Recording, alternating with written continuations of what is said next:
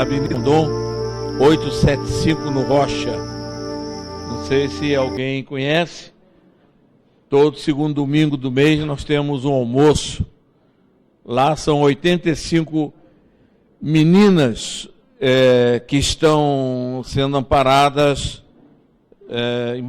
Por isso que os livros, os direitos autorais, nós cedemos para o Lar Anália Franco.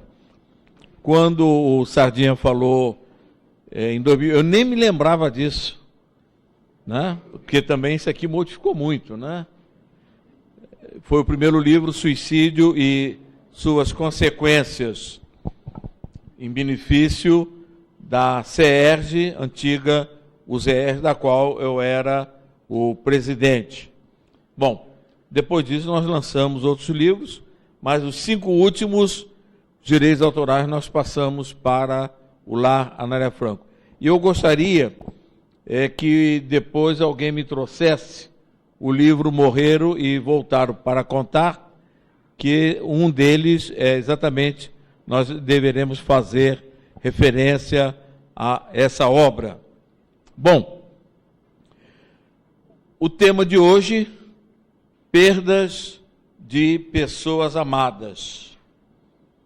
Allan Kardec estudou isso em O Livro dos Espíritos.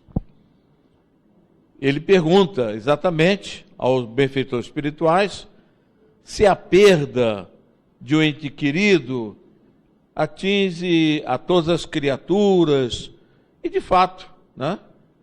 O rico, o pobre, o americano, o europeu, o africano, enfim, independe da condição social, de raça, etc. Todos nós um dia desencarnamos. Nós espíritas evitamos falar que fulano morreu. Fulano desencarnou.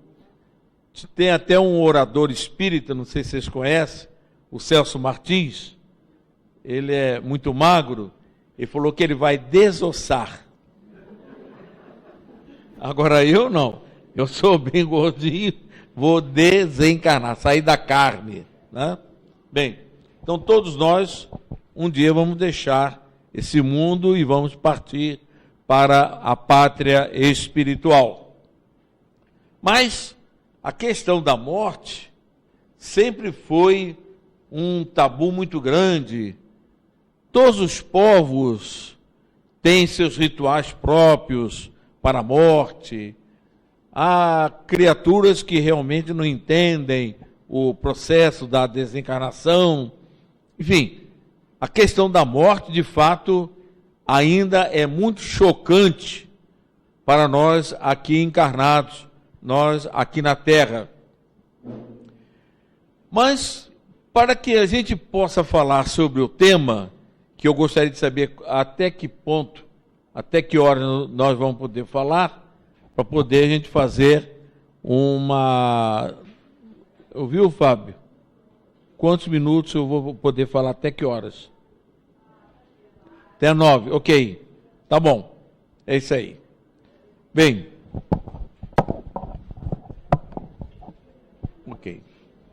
Para que a gente possa falar sobre o tema, nós pedimos a inspiração dos amigos espirituais. Nós começamos com uma frase de Allan Kardec: nascer, viver, morrer, renascer ainda e progredir sempre, tal é a lei. No túmulo de Allan Kardec, vocês vão encontrar essa frase, mas sem o verbo viver.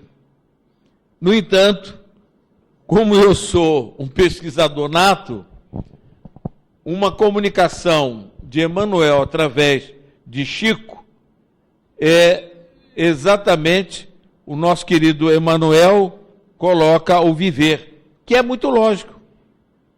Lá no túmulo está nascer, morrer, renascer ainda, progredir sempre, tal é a lei. Mas O pensamento correto, que naturalmente Emmanuel deve ter pesquisado, e encontrou que é nascer, viver e morrer. É lógico. Mas lá no túmulo de Allan Kardec, eu vejo dizer, não, mas lá no túmulo é possível que alguém que consultou os alfarrábios, né, deixados pelo codificador, talvez esqueceu o verbo viver. Então, nascer, viver, morrer, renascer ainda e progredir sempre, tal é a lei. Esta frase resume a ideia evolucionista, porque nós espíritas, nós somos espíritas porque nos baseamos em 4 princípios básicos: a existência de Deus, que seria a primeira parede; a segunda parede seria a imortalidade da alma; a terceira parede, a evolução do espírito pela reencarnação; e a quarta parede seria a comunicação com os espíritos. Então, esses são os princípios fundamentais do espiritismo. 4, é a base. Quem diz isso, Kardec, em A Gênese, no capítulo Sinais dos Tempos. E é evidente que quando nós aceitamos esses 4 princípios, nós começamos a fazer a nossa reforma interior. Isso modifica a nossa estrutura mental e nos impulsiona para a perfeição, para o progresso espiritual. Por isso, Allan Kardec, em O Evangelho segundo o Espiritismo, colocou lá: reconhece-se o verdadeiro espírita pela sua transformação moral e pelos esforços que emprega em domar as suas más inclinações.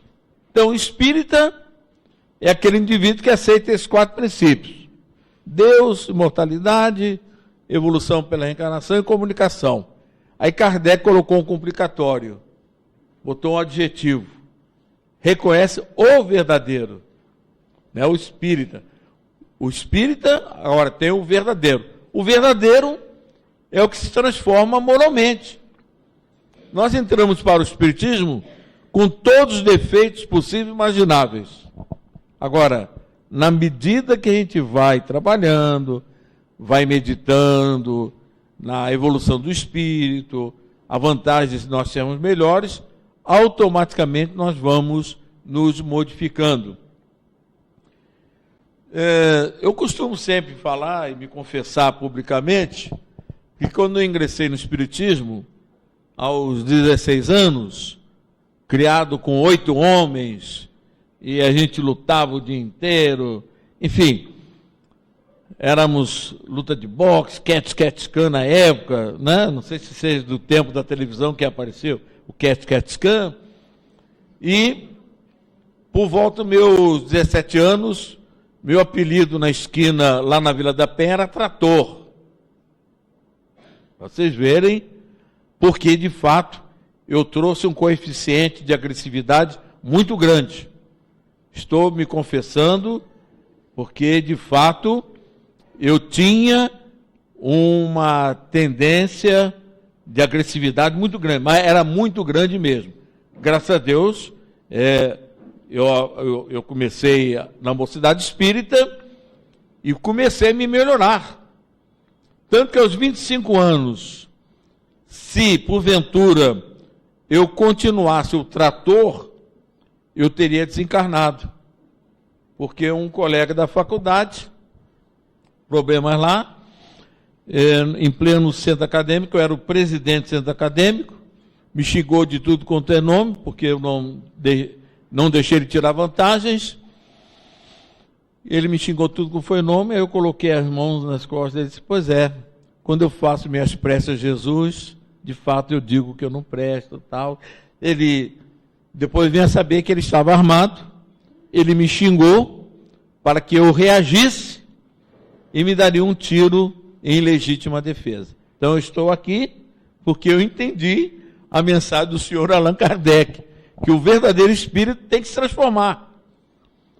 Mais tarde, é engraçado que eu sempre tive apelido de religioso. No quartel era Bíblia. Depois no Ministério da Educação, na CAPES, era pastor. Depois fui para o Ministério da Educação, também outro setor, era o Júlio Lozada, que aconselhava todo mundo, etc. Né?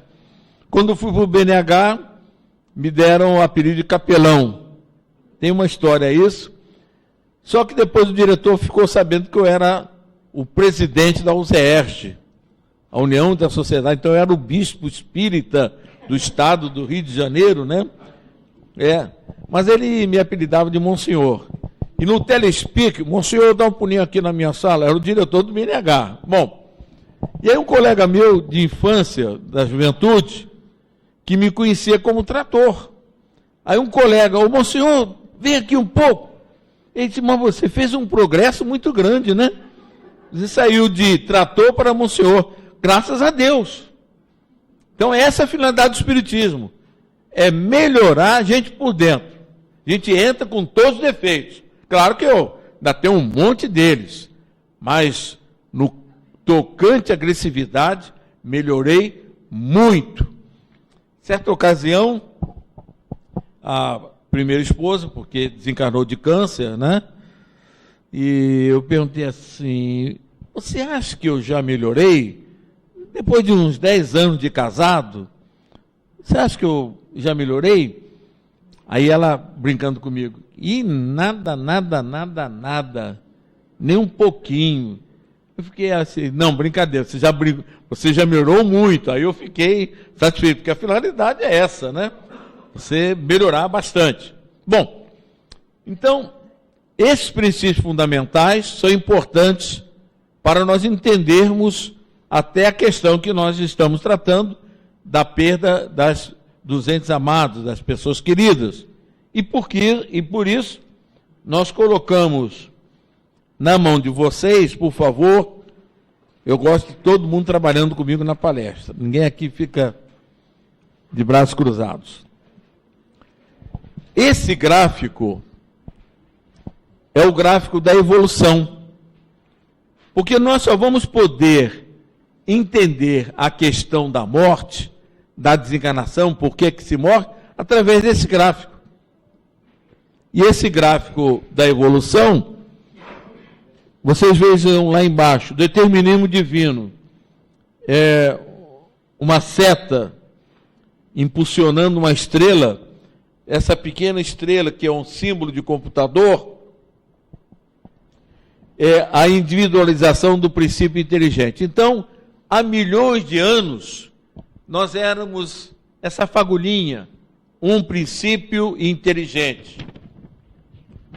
Aí vamos passando pelo reino mineral, como princípio inteligente, reino vegetal, reino animal, até chegarmos a outra condição de espírito. Bem, e aí, como espírito, nós já estamos entrando no reino hominal. Bem, e quando a gente chega no reino hominal, tem uma linha tracejada, a primeira, livre-arbítrio. O espírito, ele ganha o livre-arbítrio, porque veja bem, o animal, ele tem liberdade para os atos da vida material. O espírito tem o livre-arbítrio, a liberdade para os atos da vida material e para os atos da vida moral.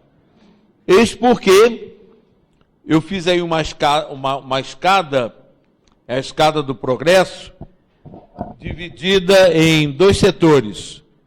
Ou seja, o progresso intelectual, setor intelectual e outro setor moral. Então, o espírito, para evoluir, para progredir, ele precisa subir os degraus da vida intelectual como também com relação à vida moral. Só que o progresso intelectual vem na frente, porque o espírito, para escolher, para decidir entre o bem ou o mal, de onde nasce o seu desenvolvimento moral, ele precisa saber. E saber é um ato inteligente. Está lá no livro dos Espíritos. Eu estou apenas transferindo o que nós estamos lá, o que nós aprendemos em o livro dos Espíritos. Bem, então a gente vai subindo essa escadinha. Primeiro degrau, segundo, até chegarmos à condição, primeiro a gente chega espírito imperfeito, questão 101 do livro dos Espíritos, até chegarmos à condição de bom espírito. Quem acha que já é um bom espírito? Calma, sardinha. Se você calma. Bom espírito. Não tem ciúme, não tem orgulho, não tem vaidade, humilde.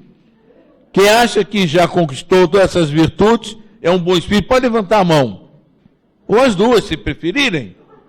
Ninguém. Não, calma. Não, espírito imperfeito. Bom, então, nós estamos ainda na condição de espírito imperfeito. Agora, é evidente que nós já saímos da faixa, né, do reino nominal, reino animal, há muito tempo. Mas, de qualquer maneira, estamos subindo, e para isso nós estamos aqui. A finalidade da nossa vinda aqui não é para perder tempo, é nos preparando para sermos, se Deus quiser, um bom espírito. Alguém pode dar exemplo de um bom espírito que conviveu conosco na Terra? Primeiro, fala. Eugênio Basanufo, quem mais? Chico Xavier, quem mais? Madre Teresa de Calcutá. Outro. Espera aí, hein? Bezerra de Menezes, gostei. Quem? Muito bem lembrado. Quem mais? Gandhi. Não, aí não. Menos. Menos. Bom, para concluir, vocês não falaram. Allan Kardec, gente. Ah, ok, desculpe. Não, mas que viveu na Terra. Não. Então, não, eu já era nascido quando o Gandhi estava aqui. Então, bom, pessoas que conviveram conosco, quer dizer, que estiveram aqui na Terra, considerados bons espíritos. Bem, ora, então, o bom espírito vai atingindo até chegar à condição de puro espírito. Exemplo de puro espírito, espírito perfeito. E acabou. É um concurso. Não, e não tem. Passou aqui na Terra, o bom espírito puro, perfeito é Jesus, tanto que ele, considerado na questão 625, o nosso guia e modelo. Né?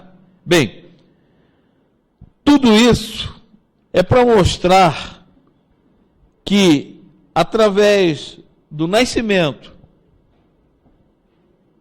morre, desencarna, renasce.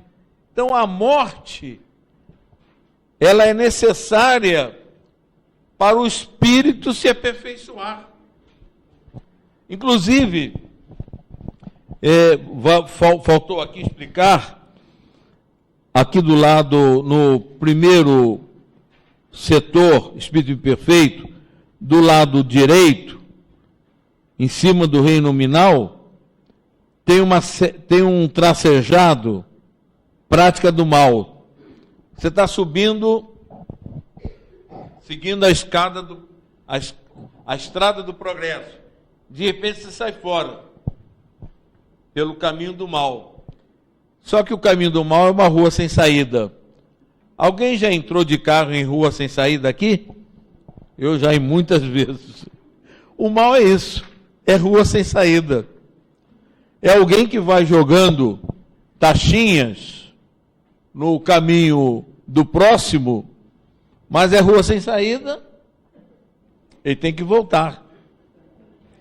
E aí, as mesmas taxinhas, né, os pés furados de alguém, nós vamos começar. Aí quando a gente começa a sentir a taxinha, o pé furado, aquela coisa, Deus esqueceu de mim, porque isso chama-se expiação.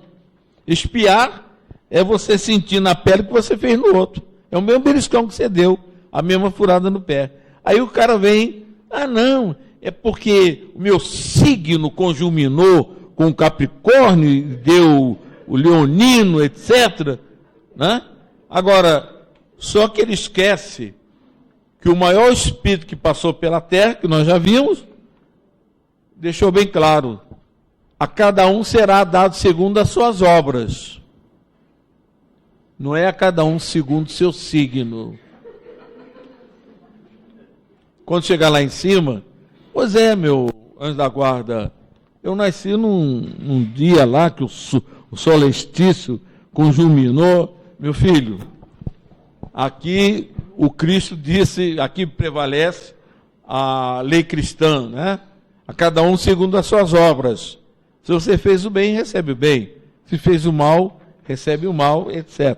Bom, mas só que, através da expiação, ele retorna a sua linha, a estrada de progresso, até um dia atingir a perfeição. Isso aqui, graças a Deus, o Espiritismo com isso matou o inferno.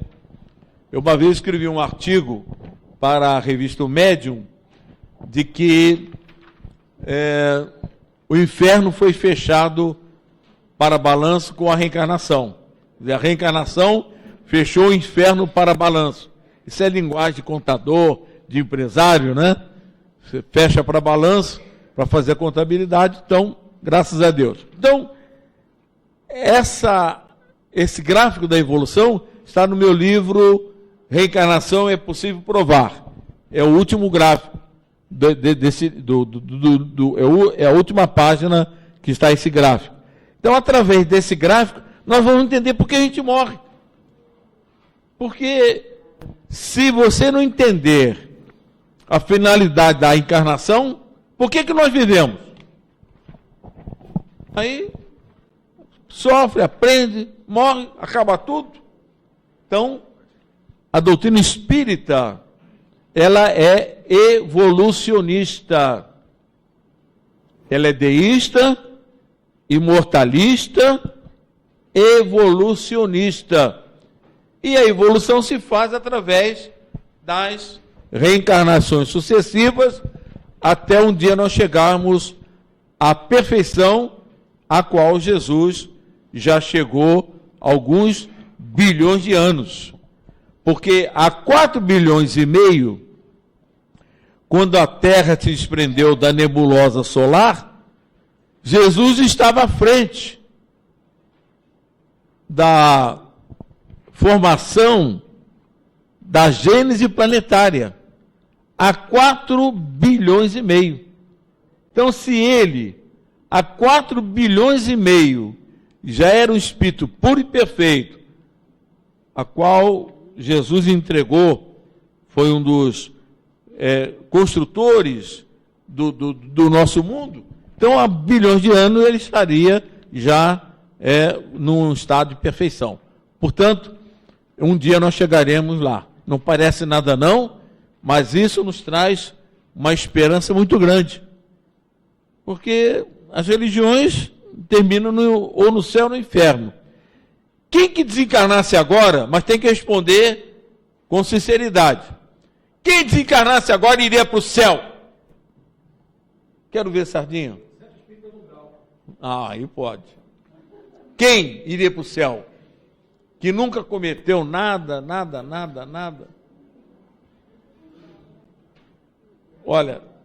Olha só a minha estatística, né?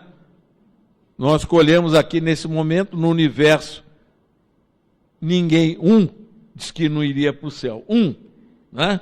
Talvez em 80 pessoas aqui presentes. Bom, mas nós estamos fazendo força vestibular para chegarmos à condição de bom espírito.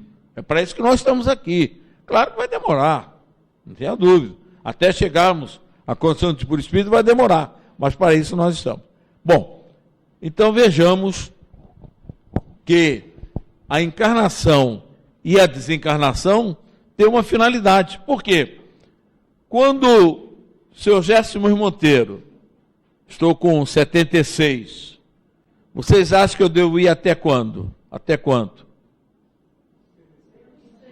Hein? Ah, faz isso não. 100 não, é muito. Não. Sem maldade. Sem maldade.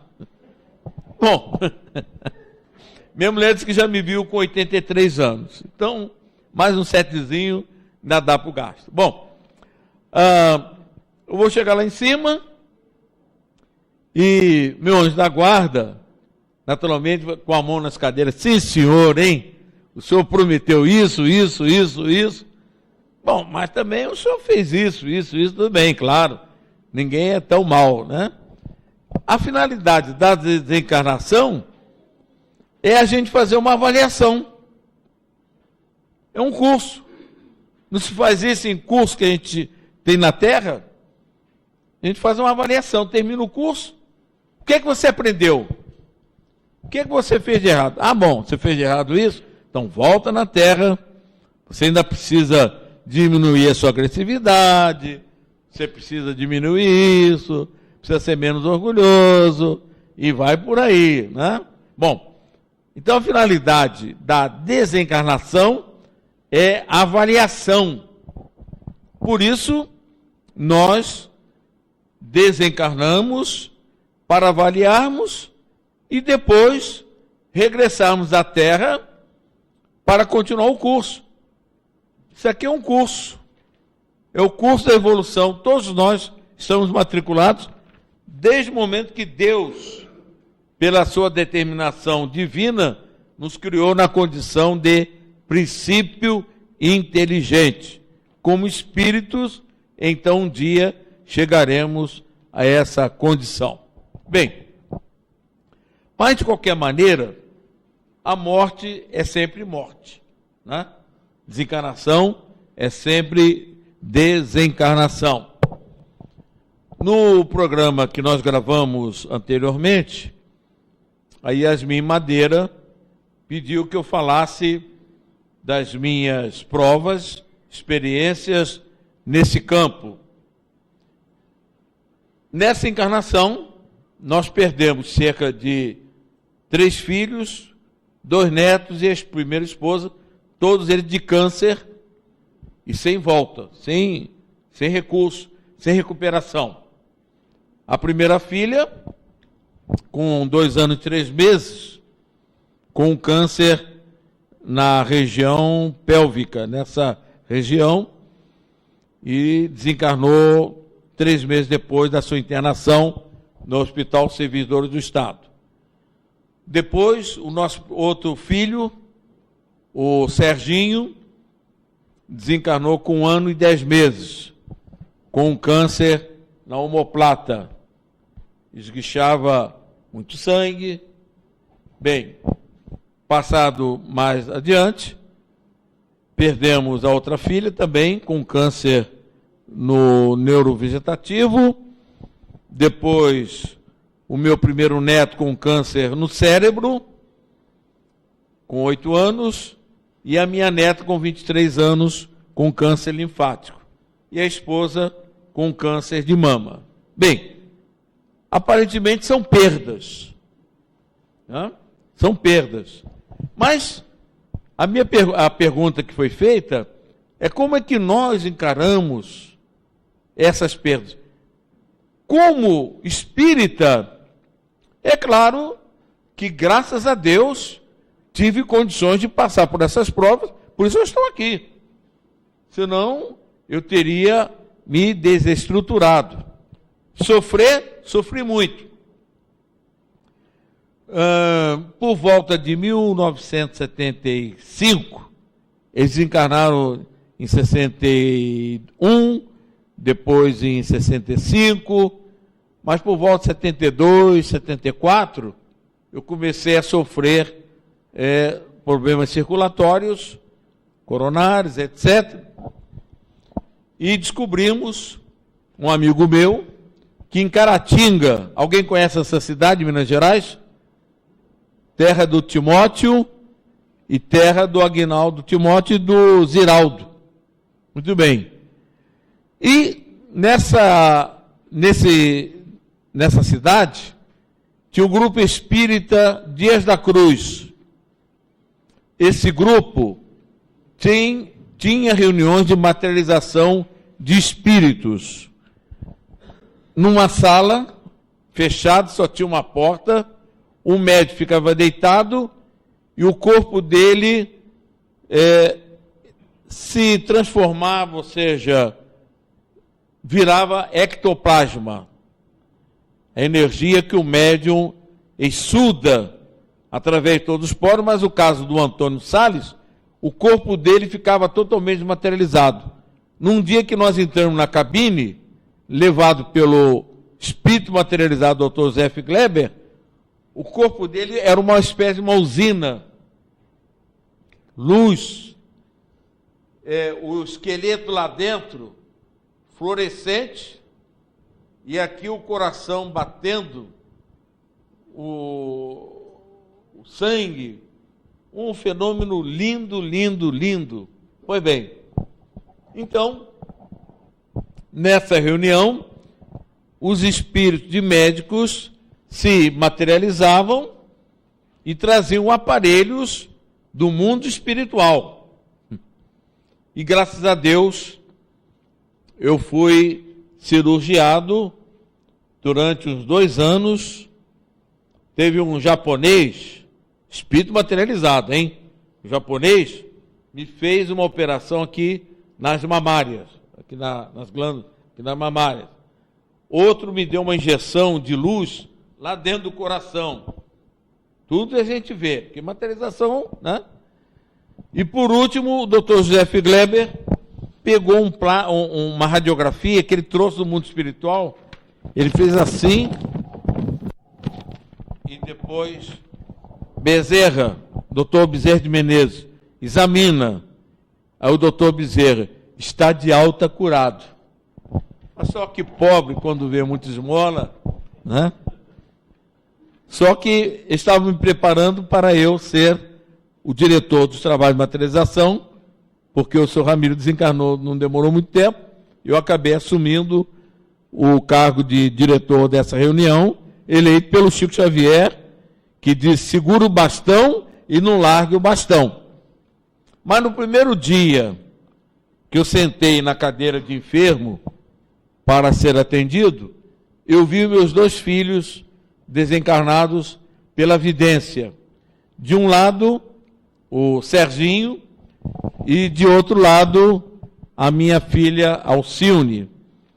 E a minha filha disse assim, papai, nós estamos aqui porque esse coração sofreu muito por nós. Então o problema das coronárias foi em razão dos sofrimentos. E o último tratamento foi feito em Caratinga, depois o médico adoeceu, foi no meu pâncreas. Foi o doutor Bezerra de Menezes, ele me deu uma injeção luminosa lá no pâncreas e disse para os companheiros do grupo, esse nosso irmão sofre do diabetes. Ele sofreu muito, porque o órgão de choque primeiro era o coração. Mas como estava bom, aí pegou o meu pâncreas, né? Mas graças a Deus, sou um diabético que agradece a Deus a diabetes, porque eu pesava 95 quilos, agora estou pesando 80. Então tive que, né, botar equilíbrio na boca, etc. Tomo a minha insulina, eu mesmo me aplico insulina, está bem controlado, mereço. Bem, então, é claro que eu sofri. A desencarnação ainda é dolorosa, mesmo com todo o espiritismo. Eu me lembro que quando eu saí do Caju, era umas 5 da tarde, uma tarde meia sombria, sem luz, eu saí do cemitério e como que havia acabado de ser sepultada, eu senti como se me desse uma punhalada no coração. Essa foi a dor que eu senti, com todo o espiritismo, né? Inclusive, num dia antes, quer dizer, no mesmo dia da desencarnação dela, lá no Hospital Servidor do Estado, eu comecei a ficar um pouco nervoso. Eu falei, eu quero fazer a prece dela, da menina, né, da Alcione, mas eu senti assim, na hora que eu saí do velório, uma voz dizendo a seguinte: deixa o calmante por nossa conta, os amigos espirituais, mas eu tinha que passar pela prova. Fui lá no 9º andar, amigos, não faltou nenhum recurso médico, bomba de cobalto, que o Hospital Servidores tinha, enfim, mas a enfermeira não achou nenhum placebo. Quando eu chego na janela do 9º andar do hospital, e no hall do elevador, eu olho lá para baixo, meus familiares lá no velório, eu disse assim, meu Deus, eu me desabafei, tanta dor, tanto sofrimento, foram 3 meses e não levo a minha Alcione para casa. Quando eu acabei de dizer isso, desabafo, ouvi uma voz assim, joga-se lá embaixo.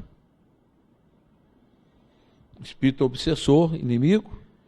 Quando eu percebi o pensamento, eu mais do que depressa, Jesus, ampare o nosso irmão. Fiz o Pai Nosso, em oração a ele, tal. No dia seguinte, minha esposa confidenciou que para ela vinha assim, joga a criança lá embaixo, não tem cura, você também. O sogro, a mesma coisa. Joga a criança lá embaixo e você também. Uma semana depois, nós estávamos em Uberaba. O coração estava muito sofrido, era muita dor. E a minha necessidade era tão grande que eu encontrei com o Chico no correio de manhã, não foi no centro não. Eu encontrei o Chico, nós passamos por uma prova muito difícil. Ele olhou com aquele olhar vesgo, né, e disse assim, mas vocês foram muito amparados. Eu digo, amparado eu fui, Chico, mas veio ideia de suicídio.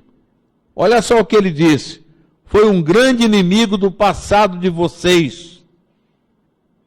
Grande inimigo do passado de vocês, plural.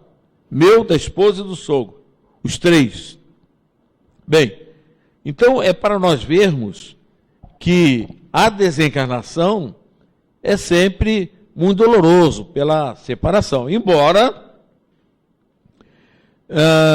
no último dia, lá no Centro Espírita, fui despedido do Chico. Chico, nós estamos indo embora para o Rio de Janeiro. Ele segurou a minha mão e a mão da primeira esposa, essa que desencarnou com câncer, e disse assim, o doutor Bezerra manda dizer ao Simões, eu não disse a ele meu nome não, é Gerson Simões Monteiro. Talvez lá em cima deve ser conhecido por Simões, né? Diga ao Simões, a esposa, que não fiquem tristes, que a nossa Alcione está muito bem e será um anjo de luz nos vossos caminhos. E realmente tem sido. Vou contar um fato, porque é para ver que, de fato, esses espíritos amigos, como ela, espírito protetor, guia da família, sempre nos ajudam. Em determinada época, minha filha foi morar comigo e o meu neto, esse que depois, mais tarde, desencarnou de câncer, né? Também. O Felipe, que era a reencarnação do meu filho, do Serginho. Depois eu conto essa história. Aí, ele com febre, a fontanela fazia assim, eu já aprendi que era pneumonia. A minha filha com ele no colo, com o Felipe, a minha esposa sentada, o Walter, meu genro, em pé. Eu virei para o Walter assim, pneumonia. Ah, seu Gerson, então vamos levar no Santa Terezinha, tal. Fui com ele no colo, ele dirigindo o carro. Lá pelas tantas, ele queria levar para o Santa Terezinha. Quando vai andando, depois da Avenida Brasil, ali depois da refinaria de Manguinho, eu senti a presença da minha filha, da Alcione, e ela dizendo assim, papai, leva o Felipe no Pronto Baby, onde o senhor levou outro dia a Karine, a irmã dele. Aí eu disse assim mentalmente, mas o Walter, eu falei, Alcione, ele é o pai. Ele que está querendo levar, não posso fazer nada. Bom, amigos, entra Francisco São Xavier, quando vai passando no Pronto Baby, ele diz assim, seu Gerson, vamos levar o Felipe aqui? Digo, é uma boa, deixa estar aqui a nossa querida Alcide já tinha me dito, né? Bom, aí eu chego em casa e perguntei à minha mulher, vem cá, você pediu ajuda ao Zé Grosso, né, que nos ajudaram na materialização, Sheila? Ela disse assim, eu me agarrei com Alcione. Ou seja, quer dizer, mandou o telegrama para lá, claro que ela até descer foi de Irajá até ali Manguinhos. E foi o tempo, naturalmente, que ela pôde tomar consciência do fato, né? Então, os amigos espirituais sempre nos ajudam. Agora, há uma questão que muita gente acha. O espírita não chora. Conversa. Aí não. Chorar no momento da despedida é um sentimento nobre, normal, né? Agora, o choro que lava a alma. Agora, o choro de revolta que queima, esse não. O choro, as lágrimas, elas são sempre necessárias, até para você desabafar, mas com moderação, com equilíbrio. Até nós contamos no programa anterior, gravado aqui, Leon Tolstói é uma espécie de um apólogo, né? A mãe perdeu a filha. E ela sonha que estava no céu uma porção de anjinhos, né? Uma porção de meninas brincando, e alegres, felizes, e não viu a filha dela. Aí quando ela olhou assim, a filhinha estava no canto, chorando e tal, com as asas todas molhadas, pesadas. Aí a mãe, minha filha, por que você não está brincando com com os outros anjos, né? Mamãe, as suas lágrimas, olha o que fizeram nas minhas asas. Quer dizer, o choro, a lamentação, a revolta, como que chumba o espírito desencarnado. É um apólogo de Leon Tolstói, né? É claro, obsedia, né? Não é só, o obsessor não é só o desencarnado para o encarnado. Nós também, como encarnados, podemos obsidiar o companheiro. O nosso Chico Xavier, certo dia, um filho havia desencarnado, o Vadizinho, e o pai esteve na reunião do Chico Xavier, e o filho começou a dizer a ele, papai, às vezes eu estou no mundo espiritual, gente, é que aquele relógio lá está me atrapalhando. Agora sim. Papai, eu estou lá em cima muitas vezes e sou chamado pelos amigos espirituais para ir ao cemitério, porque o pai pulava o muro do cemitério para dormir em cima do caixão do filho. Achava que ele teria medo de ficar sozinho no cemitério. Quer dizer, era um carinho muito grande, né? Então isso realmente atrapalha a evolução do espírito, né? Mas de qualquer maneira, o sentimento, a saudade, eu costumo dizer que a saudade é um metro do amor. Você mede o amor pela saudade, né? Você mede o amor pela saudade. Claro, aquela saudade saudável, não é uma saudade doentia, que leva à depressão, a melancolia, tristeza, depressão, etc. É realmente uma questão necessária. Com relação aos objetos materiais, há um fato interessante. Uma confreira contou que determinada pessoa perdeu o marido. E no dia seguinte, o filho deste senhor pegou todos os ternos dele e doou. Mas um belo dia, o sogro, portanto, veio na reunião dizendo que a mulher, a esposa, a sogra no caso, se desfizesse daquele terno. Ora que ninguém sabia. Quando disse a ela, mas como? Porque ela doou todos, mas ela guardou o único terno que ele vestia, o último, que ainda estava impregnado do perfume dele, etc., que ninguém sabia. Mas manda ela dar esse terno porque isso está me atrapalhando. Então, às vezes a gente fica preocupado com os objetos materiais. Minha mulher desencarnou, no dia seguinte fui lá, peguei toda a roupa dela e passei a distribuir com pessoas, é claro, necessitadas, carentes, porque é um apego, fica a pessoa preocupada. Tem uma senhora que até hoje o quarto da filha, ela conserva tudo lá dentro. Aprisiona o espírito, né? Porque fica lá dentro. Enfim, se desse tudo aquilo que ela tem, contei até esse fato também, lá no grupo espírita que eu participava, veio um espírito dizendo, minha filha, doa todos os meus vestidos. Ela tinha 30 vestidos e a filha não queria doar nenhum. Ela disse assim, esses vestidos estão me prendendo lá dentro do armário. Doa logo isso, acaba com isso. Então são prisões que as pessoas realmente fazem, né? Com relação ainda, eu tenho mais 5 minutos, não é isso?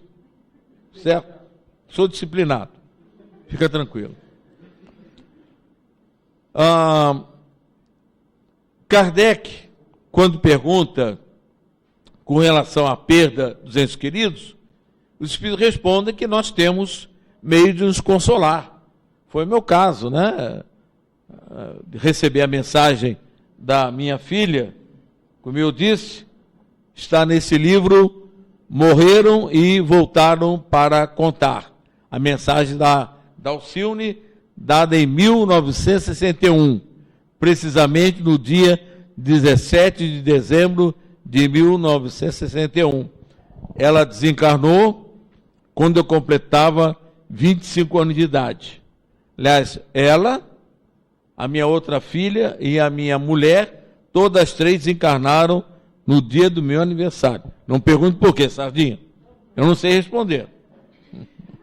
Eu que vou saber lá em cima, né? Vou querer saber por quê, né? Mas é impressionante isso, né? Bem, a mensagem é, eu não morri.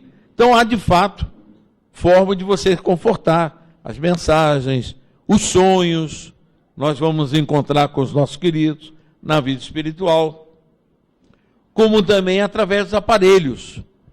Coelho Neto ouviu, e ele não era espírita não, ele era contra o espiritismo. Ele ouviu a neta ao telefone e deu uma entrevista no Jornal do Brasil, em 1923. E o nosso querido Coelho Neto, 2 anos depois, foi o presidente da Academia Brasileira de Letras. Portanto, gozava das faculdades mentais muito bem, né? Podia ser que ele ouviu a neta e disse: só podia ser alguém que convivia conosco pelo assunto e pela maneira com que ela realmente pôde transcrever. Claro que também nós tivemos o prazer de abraçar o meu filho na reunião de materialização. A cabine do médico ficava ali, a porta. Mas interessante que eu sentava numa cadeira de balanço, que eu também doava energia, ectoplasma, e comecei a ver aquela luz descer do teto, foi ficando pequeno, com uma luz verde aqui, entrou debaixo, aqui nas minhas pernas, que a gente não tocava nos espíritos, segurou minha mão e disse assim: eu quero a sua bênção, papai. E quando ele disse isso, eu abracei, botando a mão aqui nos cabelinhos dele, pequeno. O médium tem 1,69 m, ou 79, e ele pequeno. Mas como eu comecei a chorar, o que vocês acham? A emoção muito forte, né? Ele disse assim: papai, eu não posso ficar mais porque o senhor está muito emocionado. E aí foi lá para a sala onde estava o médium para doar o seu ectoplasma, né? A minha esposa também, um belo dia, apareceu para mim, deu palavra de conforto. Minha mãezinha também me abraçou, me beijou, que ela também desencanou de câncer. E o que ela disse para mim, só eu e ela sabíamos quando em vida. Se eu tivesse dúvida da imortalidade da alma, a partir daquele dia, realmente, eu deixaria de ter. Enfim, eu quero até registrar aos companheiros que nós abraçamos mais de 20 espíritos materializados em Caratinga. 20. Mas de abraçar, de ser beijado. Meu pai também, por 2 vezes. Isso é a prova de que a vida continua. E para concluir a nossa palestra, é importante saber que a doutrina espírita é uma doutrina de esperança. A morte não existe. É claro que a separação física dói, os laços de família que nós construímos, realmente para se romper dói. Mas nós temos a certeza de que eles continuam vivos e um dia, se Deus quiser, todos nós estaremos juntos, se Deus quiser.